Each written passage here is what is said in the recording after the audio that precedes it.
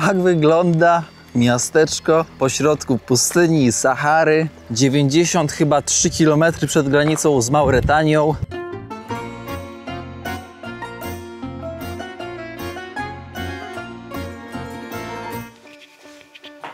Witam Państwa bardzo serdecznie. Raz będziemy używać mikrofonu, raz nie będziemy używać. Zdecydowałem, że w trasie, kiedy jestem w drodze, nie używam mikrofonu, bo po prostu łatwo go zgubić. Ale kiedy jestem w hoteliku, bądź mam rozmowę z jakimś gościem, z tak zwaną duszą odcinka, to będziemy używać mikrofonu. No i wtedy będziecie mogli poczuć ten kierowniczy głos z nieco innej perspektywy, nieco lepszej. No więc, moi drodzy, na początku chciałbym serdecznie pozdrowić widza bądź widzkę, który bądź która napisała: kierowniku, musisz spróbować czegoś takiego jak olej z oregano. No mówię, poczytam. Poczytałem i w szoku jestem. Jakie właściwości? Więc wynalazłem coś takiego. W miarę dobry skład, naturalny i tutaj nie tylko jest olejek z oregano, ale również jest olejek z imbiru, również jest olejek z fenku włoskiego, co wpływa na trawienie. No i zabrałem w podróż. Więc bardzo dziękuję za polecenie, bo olejek z oregano jest przeciwbakteryjny, przeciwwirusowy i świetnie działa właśnie w podróży, kiedy masz tej flory bakteryjnej bardzo dużo. Oczywiście figi z Polski, żeby mieć zawsze coś przekąsić. Uwielbiam suszone figi, a jeszcze bardziej kocham figi, które są dojrzałe prosto z drzewa. Moi drodzy, zbieramy się w podróż po tym mieście na Saharze, zachodniej Saharze, żeby wam pokazać, jak to wygląda z mikrofonem, żeby była lepsza jakość dźwięku. No więc łapeczka, komentarz i rzecz jasna, podanie odcinka pocztą sandałową dalej do znajomych będzie miodem na kierowniczy sandał, jak i serce. Zapraszam. Chyba dobrze działa, co? Się wczułeś, kierowniku, tutaj mikrofon, profesjonalnie. No dobrze, idziemy. Zamykamy, jest wiatr, więc ten mikrofon się przyda dzisiaj, żeby nieco lepszy był odbiór odcinka. Toaleta damska zamknięta, kobiety nie muszą korzystać. Tutaj taka, no, powiedziałbym, że nie jest źle i prysznice normalnie, więc to jest spoko. Dzisiaj sobie wezmę prysznic, bo wczoraj nie brałem prysznica ze względu na to, że ze względów oszczędnościowych, żeby rachunku na Saharze Zachodniej nie płacić. A prawda jest taka, że po prostu nie było za bardzo możliwości. Spójrzcie raz jeszcze, 24 lata ma ten hotel tutaj na pustyni. No jest przecudowny. 40 zł za niego płacę, za nockę i zostanę tutaj jedną dobę, żeby móc pomontować. Ale jest naprawdę w świetnym stanie, świetnie zadbany, zaaranżowany. Obsługa recepcyjna super. Nawet przez ułamek sekundy nie pomyślałem, żeby negocjować cenę, ponieważ wszystko tutaj się zgadza i wszystko jest tak, jak należy. Jest czyściutko, zobaczcie, jak czyściutko. Więc tak. Dobra, idę na miasto, pokażę wam, jak wygląda miasteczko pośrodku Sahary, niecałe 100 km od granicy z Mauretanią, więc zapraszam. No i to jest, powiem wam, robota. Tutaj chłopaki z Anglicy na 2 motorkach, ale jeden Anglik taki, że powiem wam, że się nie chce w ogóle rozmawiać z nim. A drugi jest naprawdę spoko, więc później sobie posiedzę z nim, pogadam. No niestety, niektórzy ludzie w podróży, jak ich spotykasz, to niektórzy są otwarci, a niektórzy widać po prostu z ryja, że węży w ogóle, że coś, nie wiem, że chcesz mu, nie wiem, sznurówki ukraść. Jakiś taki ten wyraz twarzy nieprzyciągający i ta rozmowa kompletnie się tak nie klei. Więc no słuchajcie, nie staram się robić tego na siłę. Zobaczcie, jak nie jest tak źle, ty. W sumie z jednej strony jedno auto, z drugiej drugie. Nie jest tak źle. Hotelik się prezentuje tak, jak widzieliście pod koniec 5. odcinka. A tutaj co mamy? Tutaj mamy bank, no bo hajsiwo musi być liczone. Tutaj mamy warsztat samochodowy. Jednak jak spojrzycie na odcinek, to było widać bardzo dużo opon na pustyni. No jest to dość powszechne, zwłaszcza kiedy mamy lato, kiedy ta temperatura sięga 40 paru stopni, a asfalt jest nagrzewany do 70, do 80 nawet. Słuchajcie, tam jest tak gorąco, że te opony po prostu strzelają w oczach. Jedno z okien to okienko mojego hoteliku, mojego pokoju, ale zauważcie, jesteśmy już tak daleko od stolicy, ogólnie od stolicy Maroka. Stolica Maroka to? Aha. Nie wiecie, czy wiecie? Dobra, zakładam, że wiecie. Na R. No i teraz już powinniście wiedzieć. W każdym razie, zobaczcie, flaga Maroka. Próba wpłynięcia na lokalnych, próba zmiany postrzegania Sahary Zachodniej jako niezależnej jednostki. Te flagi są wszędzie. Ciekawy zabieg, który ma na celu jedno: zjednoczenie i sprawienie, żeby Saharyjczycy tutaj z tej strony kraju myśleli, że są Marokańczykami. Budują i dobrze, że budują. Tutaj za lat 5 turystyka jeszcze bardziej będzie szła niż idzie teraz. Wspomnijcie moje słowo, a to tylko wystarczy, żeby tanie bilety dać samolotowe. Zmotywować ludzi do tego, żeby przyjeżdżali i zwiedzać. No jest zrobić im infrastrukturę do tego, żeby mogli zwiedzać. A tutaj sklepiki, nie sklepiki różne. Fajnie. Kurczę. O, stolarz. Spokojnie tutaj. Przejdziemy sobie tutaj, pochodzimy. Teraz wiecie, Ramadan, więc jest spokojniej. Salam alejkum. Sklepik, normalnie wszystko pootwierane, więc można przyjść sobie kupić jedzonko. To jest fajne. Jezu, to jest miasto na środku pustyni.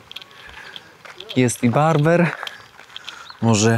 Może ja powinienem ogolić głowę, no ale zamknięty. Widać, że ten świętuje.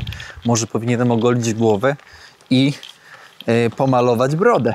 Ogarnąć brodę na jakiś kolor. Dajcie znać, na jaki kolor powinienem pomalować brodę. To może pomaluję. Mięso z wielbłąda. Może spróbujemy, jak się uda. Bo nie jest tutaj takie drogie, no. W rejonach, gdzie wielbłądów dużo, no to wiadomo, że mięso też nie będzie drogie. Córa się żeni, nie ma problemu. A co? Kamerzysty nie ma? Jest w takim mieście i kamerzysta. Wykończeniówka też się znajdzie, jak roboty szukacie. Powołujcie się na mnie w razie czego. W 4. odcinku, jak dobrze pamiętam, o, tu koleżka jeszcze w kadr leciał. O, Fiat Uno, mój pierwszy samochód, czerwony. Ale w pierwszym czy w drugim? Nie. W którymś z odcinków zapomniałem dokończyć myśl. To chyba w 5. Zapomniałem dokończyć myśl, a mianowicie mówiłem o wyżu demograficznym w Afryce i mówiłem o niżu demograficznym w Europie. I zapomniałem dokończyć, wiem, że niektórzy z Was się za to obrażają, ale się nie obrażajcie, bo po prostu tyle się dzieje, że czasami zapominam. I chodzi o to, że ten niż demograficzny z moich obserwacji wynika z tego, że dla nas, młodych rodziców, ciężko jest wychować nawet 1 czy 2 dzieci. Słuchajcie, kiedyś, za czasów naszych rodziców, moich rodziców, to było ogromne wsparcie ich rodziców. Gdzie ja spędzałem wakacje? U babci. Kto opiekował się mną na ferie? Babcia i dziadek. Na wsi spędzałem. I teraz zauważcie analogię. Teraz nasi rodzice już tak często nie pełnią tej takiej funkcji dziadka i babci, którą my znamy z dzieciństwa. Tego brakuje, więc całe wychowanie dziecka pozostaje na barkach młodego człowieka. A młody człowiek, nie to że leniwy, ale nie chce się poświęcać tylko i wyłącznie wychowaniu dziecka. I teraz uwaga, to co zaobserwowałem w Afryce. W Afryce jest tak, że urodzisz dziecko, jedno, drugie, trzecie, to dzieci zajmują się dziećmi. Sąsiedzi zajmują się dziećmi. Mama, tata zajmuje się dziećmi. Nie ma takiego obciążenia. Dobra, no to masz piątkę. Też się nic nie stanie, bo w te pierwsze, drugie, trzecie, czwarte zajmie się tym piątym. Co to za różnica, czy 5, czy 8? Więc zauważcie, jak ogromne wsparcie i dlatego też ten wyż demograficzny w Afryce, w Nigerii, w Kamerunie, w Maroku. Można by tak wyliczać i wyliczać. Nie wiem, czy w którymś kraju afrykańskim nie ma wyżu demograficznego. Może Botswana. Inne kraje nie przychodzą mi do głowy. I to, że mają wsparcie swoich bliskich w wychowaniu dzieci sprawia, że chętniej decydują się na 5, na 7, na 9, bo i tak się wychowa. A co tam jeden talerz więcej dać kasawy czy czegokolwiek do zjedzenia, to co, nie znajdzie się? No znajdzie się. No i właśnie to jest cały ten szkopuł. Ten system tej rodziny, tego wsparcia w Europie, bo to nie tylko u nas w Polsce, zaczął się bardzo dynamicznie zmieniać. Ciekaw jednak jestem waszego zdania, co myślicie na temat, który poruszyłem i na te argumenty, które użyłem. Dajcie znać. Plac główny śpi. Meczet oczywiście. Plac główny, czekajcie, co oni tutaj? Flagi Maroka. Raz, 2, 3, 4. Okej, 4 w razie, gdyby ktoś miał astygmatyzm i nie widział, że to flaga Maroka. Bajery, szmery. Czekajcie, zobaczcie, tutaj normalnie, jak będzie już Ramadan, to ja tutaj przyjdę, bo tu normalnie można sobie, wiecie, jedzonko chyba zamówić. Tak, tutaj chyba siadają i wszyscy jedzą. Tak przynajmniej to wygląda. Dużo tutaj tych namiotów, ale tak to mniej więcej wygląda. No, więc przyjdziemy się pogościć trochę, ale najpierw jak wrócę do hoteliku, to trochę roboty muszę zrobić. Muszę trochę, moi drodzy, pomontować filmów, bo nie zawsze jest internet i nie zawsze jest energia, jak wiecie, do baterii, żeby podładować baterię. Przypominam, jesteśmy na pustyni, na Saharze. A to jest miasto na Saharze. Jejku, ja to po prostu wciąż nie mogę uwierzyć. A i zapomniałem w ogóle, zobaczcie, 6. odcinek już, a ja zapomniałem wspomnieć o koszulce, którą sam zaprojektowałem kilka lat temu.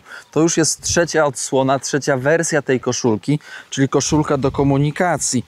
Tutaj zastosowanych zostało 54 piktogramy, które można ze sobą łączyć, które mają tutaj liczby. Można połączyć i powiedzieć, że chcesz na przykład zimne piwo. I na bazie własnego doświadczenia zastosowałem te piktogramy, które najczęściej mi się przydają w podróży. No i też zarąbista sprawa, bo udało się znaleźć taką firmę w Niemczech, która robi naprawdę fajną robotę. Kosztuje, bo kosztuje, ale robi na tyle fajną robotę. O, czekajcie, bo mikrofon mi ucieknie. O tak stanę, że ten napis, który jest nadrukowany, on jest po prostu trwalszy. To nie jest tak, żebyście nie myśleli, że to jest dożywotnio, bo jeżeli pierzesz prawie że w kiblu tą koszulkę w podróży, w zlewie rękoma, no to siłą rzeczy ten napis myślę, że za 2-3 lata niestety on się po prostu najzwyczajniej w świecie zużyje i tutaj nawet nie ma co, wiecie, ściemniać, że to jest dożywotnia koszulka, bo to nie jest dożywotnia koszulka. W sumie ciężko jest mieć nadruk dożywotni, kiedy używasz intensywnie. Zobaczymy na moim przykładzie, ile podróży, ile projektów, ile krajów ta koszulka wytrzyma. To jest multifunkcjonalna koszulka syntetyczna, która lepiej odprowadza ciepło od ciała. I moi drodzy, która jest lżejsza po prostu. Ja noszę rozmiar L jak coś. Wcześniej M nosiłem, ale M uznałem, że jest po prostu zbyt blisko ciała i nie ma tej takiej cyrkulacji i Elka jest naprawdę taka luźniejsza i spoko. Po prostu tak czuć przewiew. Ktoś pytał w komentarzach, kierowniku, ile internet. Słuchajcie, w Maroku jest relatywnie tani. W Maroku kosztuje SIM karta chyba 4 czy 5 zł i internet na przykład 2 GB to chyba 8 zł, coś takiego, bo za wszystko zapłaciłem około 13 zł, jeszcze z jakąś tam opłatą, bo robiłem transakcje w weekend, więc po prostu była dodatkowa jakaś tam opłata drobna, 50 groszy chyba, czy coś takiego. Więc 13-14 zł SIM karta i 2 GB.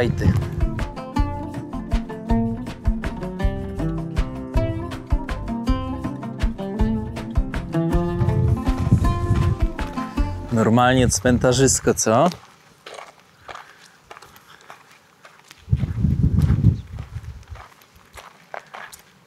Nie, świat po prostu jest tak ciekawy, zaskakujący. Słuchajcie, jak oglądacie, to zobaczcie, jak on jest różnorodny. Ludzie są w stanie zamieszkać wszędzie, zaadoptować się wszędzie, dostosować do zaistniałych warunków. Jedyny warunek? Woda. Tam, gdzie woda, tam wszędzie mogą być ludzie. Mogą mieszkać. A jedzenie? Nie, jak jest woda, to jedzenie urośnie. To jest ciekawe. Jedno wejście, drugie wejście. Stawiam tutaj tezę, że wejście po lewej dla kobiet, wejście po prawej dla mężczyzn. Chociaż Maroko nie jest takie religijne, takie twarde w tym takim muzułmańskim, w takiej muzułmańskiej ideologii islamu, jednak im bardziej na południe, im bliżej Mauretanii, tym bardziej już są bardziej ortodoksyjni muzułmanie. Ceramika mniej się nagrzewa. Salam alejkum. Jaka serdeczność jest tutaj na Saharze Zachodniej. Czujesz to, po prostu czujesz tą serdeczność. Całym ciałem czujesz. Ja się czuję trochę jak na dzikim zachodzie. Tam czarina stoi jakaś. Chociaż te czariny w Maroku, one są takie, powiedziałbym, zdominowane przez człowieka. One nie pozwalają sobie w ciągu dnia na zbyt wiele. I ja to wiem. Zobaczcie, jeszcze jeep stary. Przejdę tutaj. Niech czarina sobie tam stoi. Taka kulawa na jedną nogę. To by nie dogoniła. Co to jest za jeep? Może ktoś z was powie, ale wygląda na wojskowy. Co to za maszyna? Może ktoś mądrzejszy powie, co? Ale widać, że ząb szasy ją trochę dotknął. A tutaj na osiedlu dzieciaki się bawią. Dzieci nie są zobowiązane. Salam alejkum. Witam. Dzieci nie są zobowiązane do przestrzegania Ramadanu. Salam alejkum. Salam.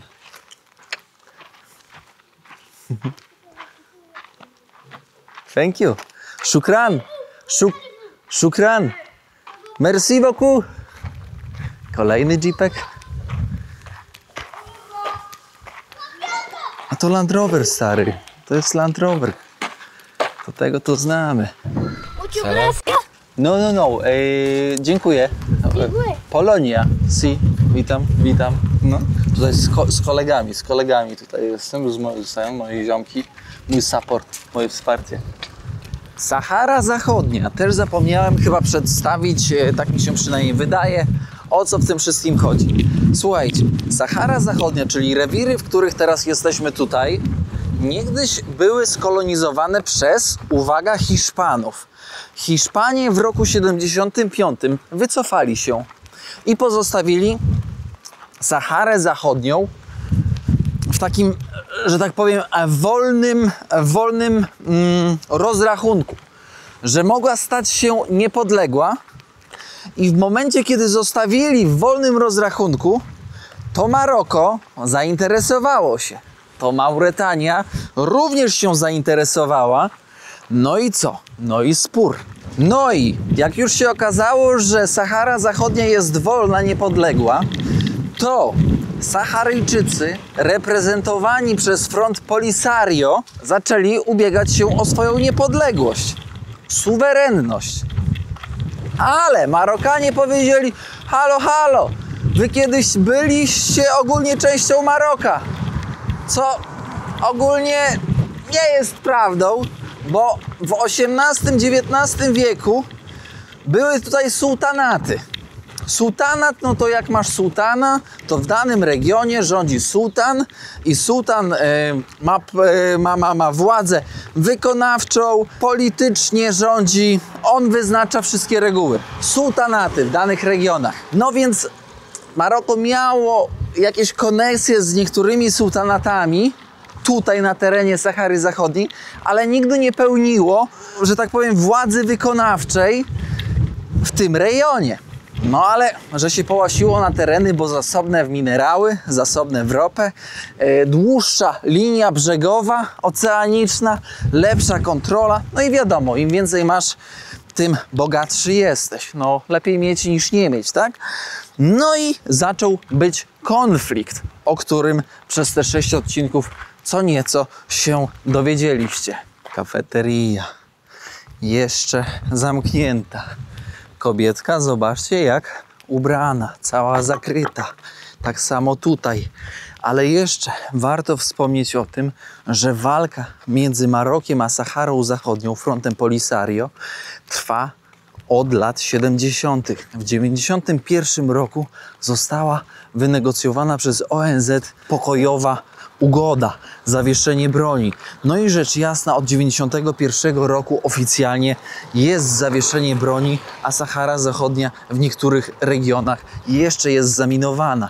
I jak już zawieszono broń, no to wiadomo, wojna to nie tylko kiedy się strzela. Wojna to również kierowanie informacji, odpowiedniej informacji do odpowiednich osób, manipulowanie, wieszanie takich flag Maroka jak tutaj po to, żeby zmienić postrzeganie miejsca, postrzeganie kulturowe. Więc no tutaj jest dużo, tutaj można by było mówić wiele, biorąc pod uwagę to, co dzieje się aktualnie na świecie. Wiecie, o czym mówię. Teraz zaryzykuję stwierdzenie, patrząc po ile są mieszkania, to tak, to każde piętro to jest jedno mieszkanie. Tak obstawiam, bo oni mają tak mniej więcej około 100 metrów te mieszkania. Więc tak, tutaj są prawdopodobnie 3 mieszkania. Tak obstawiam, tak myślę. Bo wątpię, że to jest jeden poziom i po 2 mieszkania. Wątpię w to. I jak masz 3 mieszkania, to obstawiam, że te 3 mieszkania, włącznie z tymi garażami na dole, wybudowanie tego, wyremontowanie, jest warte tyle, ile jedno mieszkanie w Warszawie. Takie 50 metrów, 60 metrów, czyli około 800 nawet do 1 000 000 złotych. Taka dysproporcja, ale zaraz ktoś powie: kierowniku, ale oni mniej zarabiają. No tak, no patrząc na to, że będziemy się sugerować tylko i wyłącznie minimalną w danym kraju, no to oczywiście. Ale kiedy jesteś biznesmenem, nawet na Saharze Zachodniej i sprzedajesz filtry do osmozy odwróconej, do uzatnienia wody, czy handlujesz samochodami, no to nie zarabiasz minimalnej, moi drodzy, albo handlujesz cementem, no nie zarabiasz minimalnej. To nie jest tak, że wszędzie wszyscy ludzie żyją na minimalnej. To, że biedę od razu widać, to nie znaczy, że ona jest wszędzie. Skąd przyjechały? Salam alejkum! Peugeot Français 309, francuski. Salam. Peugeot 205, 205, francuski. Mercedes, Alman. Koleżka, mechanika, którego tutaj spotkaliśmy. Zobaczcie, pracuje i pości. Słuchajcie, to jest naprawdę, mówię wow, nie? I serio, tak w rzeczywistości, realnie, naprawdę spotykam ogrom ludzi, ogrom ludzi, którzy naprawdę poszczą przez cały Ramadan. Poszczą niesamowicie. Ale kiedy się kończy dzień, zachodzi słońce, to wszystko idzie w ruch. Fajury, nie fajury. Te mocniejsze fajury. I wszystko idzie w ruch. Bo wtedy można. A tutaj park. Można przyjść, można się spotkać, można pogadać. Można. I pamiętajcie, nie porównujcie tego do tego, co jest u nas. Bo to też nie za bardzo stosowne. W sensie to jest niestosowne, bo zawsze, kiedy będziemy porównywać do tego, co mamy w Polsce, czy w Niemczech, czy w Stanach, bo wielu widzów mieszka za granicą, ale nie tylko w Stanach i w innych, dajcie znać w komentarzu, skąd w ogóle jesteście, bo to też ciekawe, sobie poczytam, zobaczę. Jest lepiej. Bardziej technologia rozwinięta, więcej fabryk, które produkują tańsze finalnie rzeczy, które możecie kupić. No, wygląda to lepiej, schludniej, ale tak na dobrą sprawę, jak idziesz i widzisz na przykład taką chatę jak tutaj, no to już z góry możesz powiedzieć, że to nie jest biedna rodzina, to jest zamożna rodzina. Może mają zakład, może mają 3 zakłady, może mają 5 sklepów. Słuchajcie, nie ma co powierzchniowo też będzie dobrze brzmiało, powierzchniowo oceniać.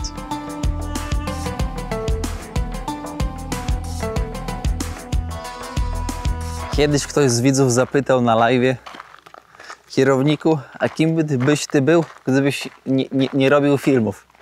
Gdybym nie był twórcą, gdybym nie tworzył, gdybym nie opowiadał o świecie, nie robił reportaży, prawdopodobnie byłbym mechanikiem po ojcu. Lubię majsterkować. Dlatego też robię prawa jazdy na motocykl. Więc jak wrócę po tym projekcie, to pewnie już będę mieć to prawo jazdy bez ograniczenia na pojemność motocykla, bo nie wiem, jaką jeszcze pojemność będę potrzebował w swoim życiu, więc wolę się nie ograniczać, ale pewnie byłbym mechanikiem i w takich miejscach wolałbym być mechanikiem. Salam alaikum. Good. Tu koleżka mnie zaczepia, ale tak przyjaźnie. Ja? Patrzcie na to. No WhatsApp. But YouTube, yes, oui. You want? Yeah, you want? Salam alaikum. Oui, merci. Oui, Allez. oui. YouTube, aquí. Signal? Yes. Il n'y a pas de connexion. Connexion. Yeah, no. Recré. Oui. Voilà, merci. Jak to daleko? Oui. Polonia. Polonia. Polonia, Il n'y a oui. pas dit en arabe. Oui, no. Un peu. No, arabe. Moi, je suis Nie? Rétnatique à Sahara. I know, Sahara. Oui. Amazir? Amazigh. Oui. Non, moi, je suis Marocain sahraoui. Saharawi. Oui. Pan serdecznie przyszedł pogadać, poplotkować, troszkę podpytać skąd, a tak standardowo. Może ktoś przetłumaczy, co ten pan mówił po francusku.